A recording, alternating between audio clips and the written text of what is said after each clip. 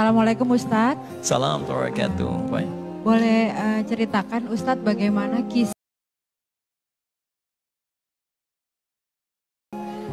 bagaimana kisah diturunkan surah An-Nas.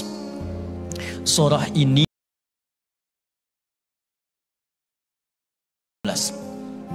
karena itu sering disebut dengan surah Al-Mu'awwadzatain. Dua surah gangguan di sekitaran kita. Untuk surah ke-113 Al-Falaq terkait dengan gangguan-gangguan magic yang mungkin datang di waktu-waktu tertentu, karena itu disebut dengan falak, suasana menjelang subuh. Untuk An-Nas terkait dengan gangguan-gangguan yang datang di sekitaran manusia. Ya, boleh jadi gangguan itu datang dari orang-orang dekat ataupun jauh, orang-orang yang punya pandangan yang tidak baik terhadap kehidupan kita. Maka di zaman Nabi mendapati keduanya.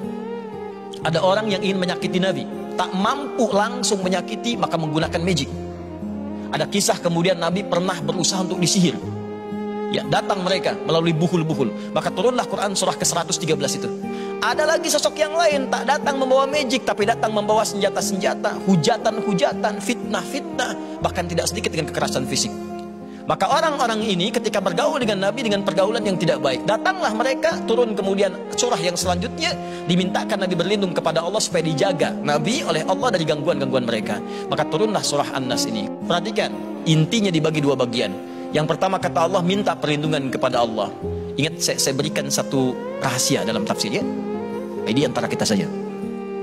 Jika tidak disebutkan dalam Al-Quran kapan kejadiannya dan siapa yang mengalami atau pelakunya, maka ini menunjukkan kejadian itu akan berlangsung lagi di masa depan dengan tokoh-tokoh yang berbeda.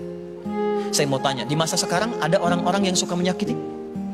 Ada orang yang suka memfitnah? Ada orang yang suka mengganggu? Ada kan?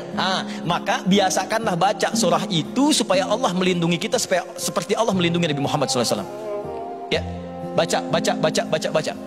Yang kedua, siapa sumber dari yang menggerakkan orang-orang itu? Kata Allah, sumbernya kembali kepada bisikan setan. Ada orang-orang yang kemudian berbuat jahat, maaf di bisnis kadang-kadang ada persaingan.